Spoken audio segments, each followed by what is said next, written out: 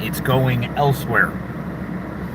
I'm starting like this because all I really want to say is, as I get off topic, I just want to keep going back to whoever this girl is that was like the friend of the girl that's talking to this like fake dude that's like, yeah, well, I just make sure I communicate with my wife and, with my son, like we have an agreement. And duplicity is what happens when you can't make up your mind and you serve two masters. What is mammon? All right, let's talk about misandry. Misandry. I had to look up the word. I don't know if I'm saying it right, but misandry is the opposite of misogyny. Misogyny comes from two Greek words. It's basically against and women. Against and women. And misandry is against and men. Oh boy. There's an oversized. I hope he's coming to get rid of some more trees. Okay. I gotta put this thing in the holder.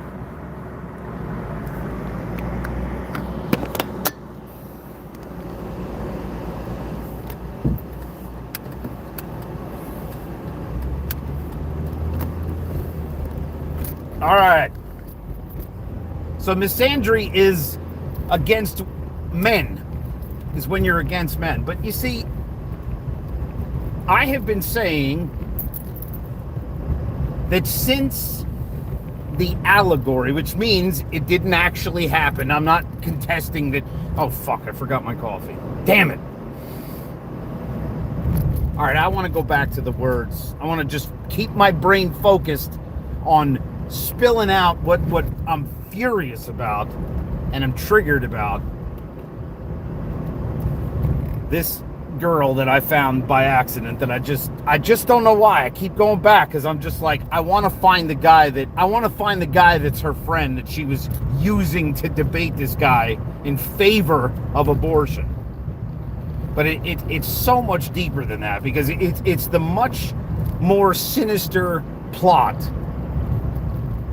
of miseducation, misrepresentation. Like you can't succeed. All right, Steve Deace has a great way of putting it, okay? People don't like this, but here's the truth. It's not about coexistence anymore. What's his name? Mamdani has already gone on record and saying you don't coexist with certain people. What I'm trying to say, Steve Deace says you can't share the planet with certain mind types. You can't share that ideology because that ideology from their perspective is there to exterminate you. So if you say, I just want to coexist, I just want the third option, I just want to coexist, there are certain demons, there are certain that can only be cast out by prayer and fasting. So whoever this girl is that was talking to this other girl who I've already linked on here, so I'm going to give her some more shout out, like, go ahead, go waste your money on this. Go spend your money looking at this when God knows.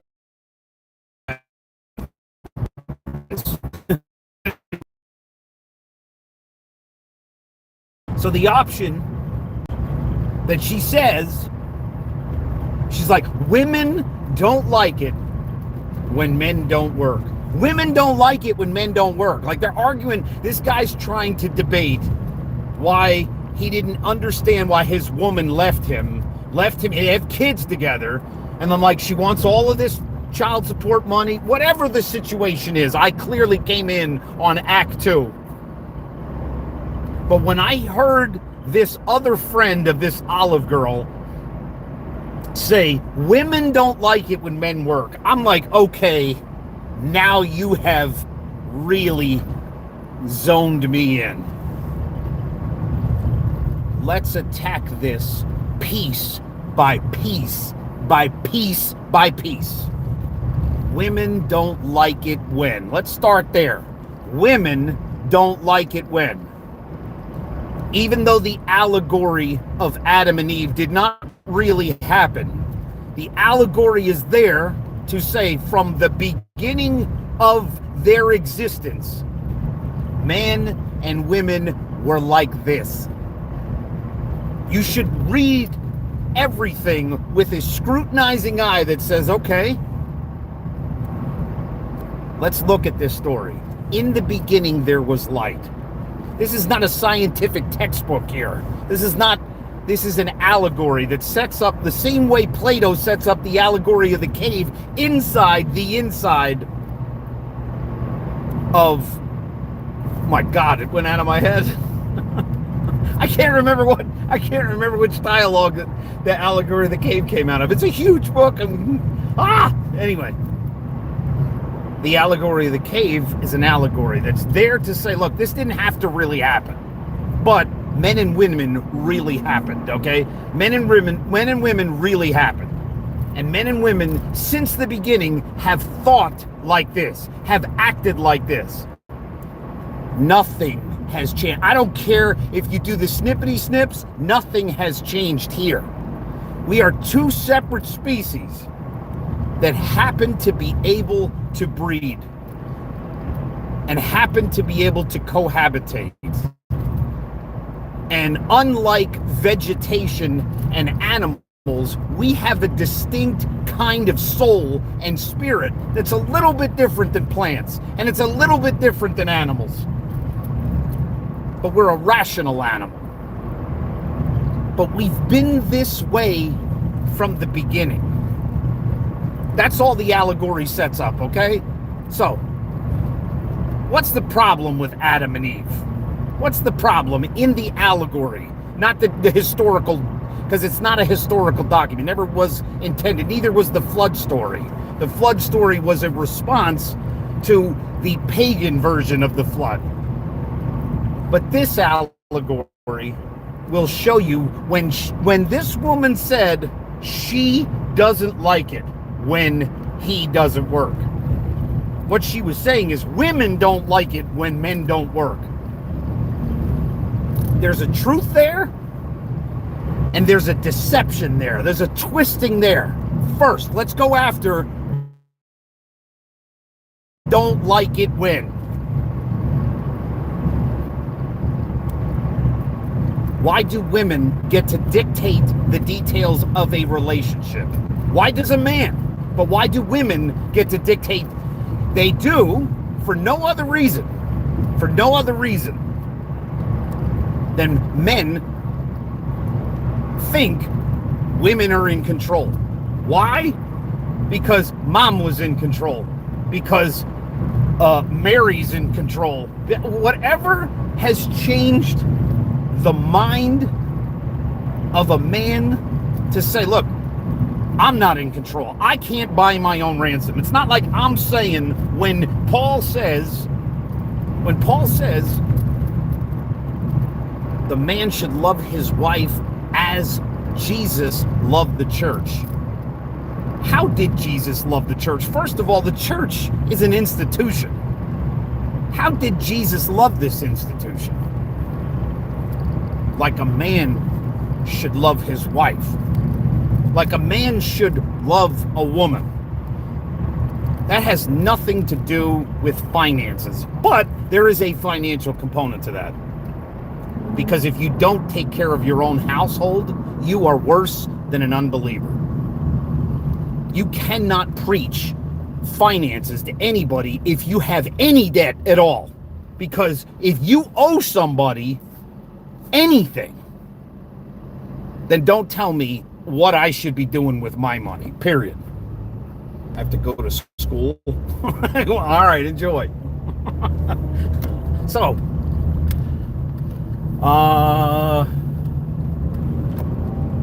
the woman says, if we look at the fruit, if we even look at the fruit, we will be damned. We will die. That's not what God said in the allegory. You don't even have to believe in God to look at the allegory and be like, okay, did God say? So was the serpent lying? He deceived, he twisted the words. But when the serpent heard the woman's words, the serpent said, did God say? Because the woman added to God's command. First of all, what is God's first commandment? What is God's first commandment? Jesus is very intelligent when he was trying to be trapped. But if you're watching, what was God's first commandment? Because even though it's an allegory, the commandment is in the allegory, the story, the fable, the parable.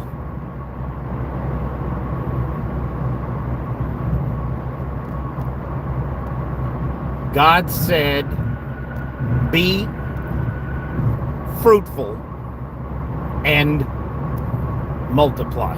Not do long division, but I love that. I love the way he says that. Be fruitful and multiply. That is the first commandment.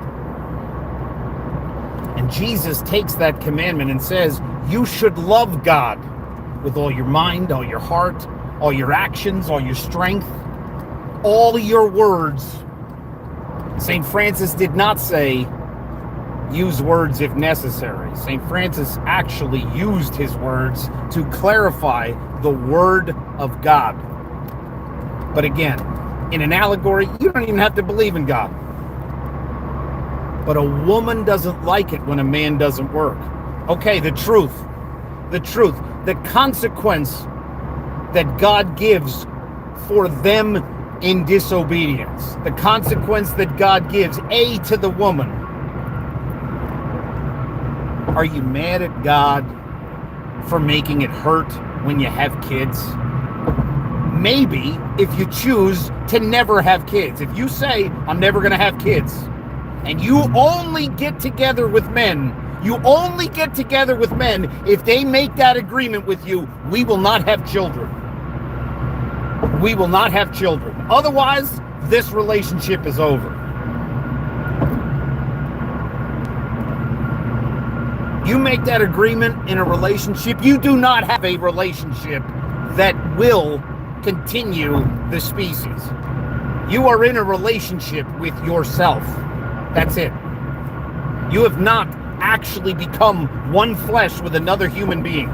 You are not in that vocation, that call to be fruitful and multiply. That's a denial of your basic human instincts, your rationale, and the continuance of humanity. You don't want to continue humanity because you have been cultured to believe, and you've been educated to believe, the planet's more important than human beings. Why? What good's a home with nobody in it? You could build an entire complex for the homeless. But if you don't move anybody in, what good's the house? What good is the entire planet if you have said we are quote unquote overpopulated? What good's the planet with nobody on it? What's a clean plate with nothing on it? What's a clean plate with nothing on it? All right. So women don't like it when men don't work. You know what? Boom, right back at you. Men don't like it when women don't work. So if you say women don't like it when men don't work, what you really are actually voicing out loud, women don't like it when men don't have money. It's not about work. You see, man's consequence is an exercise in love. And I cannot state this enough. You shall pluck from the ground by bloody hands. You shall pluck from the thorns by bloody hands. You shall deal with a woman for the rest of your life while she makes you bleed for money, for bread, for food, for a house. But why do you do it? Because you should love your wife as Jesus loved the church. Jesus' bloody hand nailed to wood was not a consequence of disobedience, was the restoration of, look, dude, I have a responsibility of love to bleed for my children, for my wife. If you don't bleed for your kids, you have abdicated the fruit to Eve. You have given the fruit to Eve. And if you give the fruit, the decision to Eve in the allegory,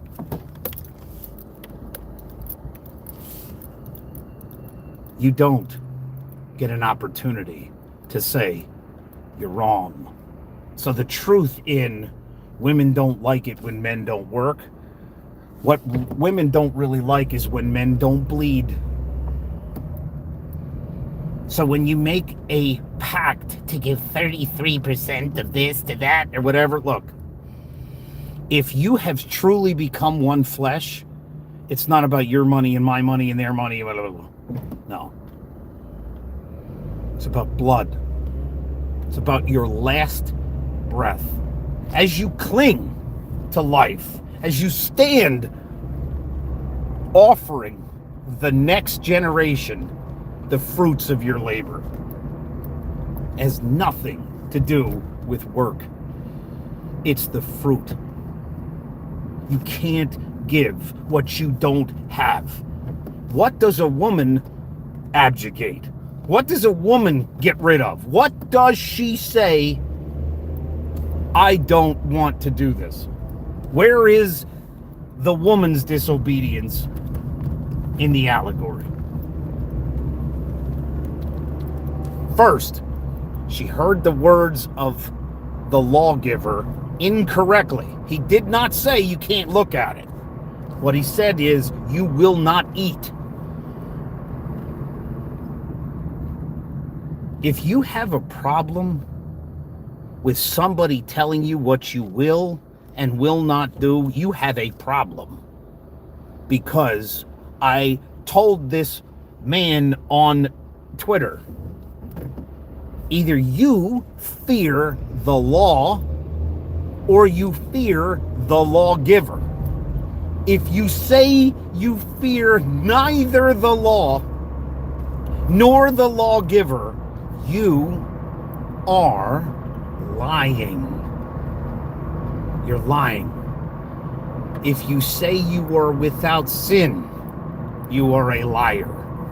But if you say you are without fear, you are a liar.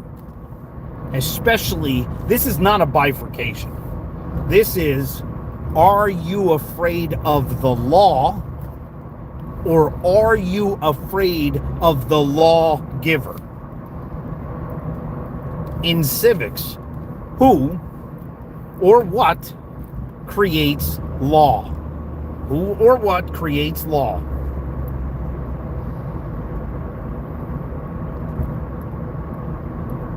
God, there's so much more to say.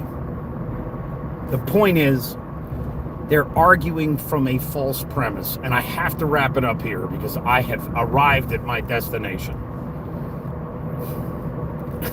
I have arrived at my destination, and there is so much more to say. So I will end with that question. And if you see this, answer that question. Are you afraid? Well, there's a couple questions. Are you afraid of the law or the lawgiver? Because if you say neither, you are lying, period. But also, who or what is the lawgiver? It's a who and what philosophical question, but it's also a civics question. And it's supposed to be taught in 5th grade.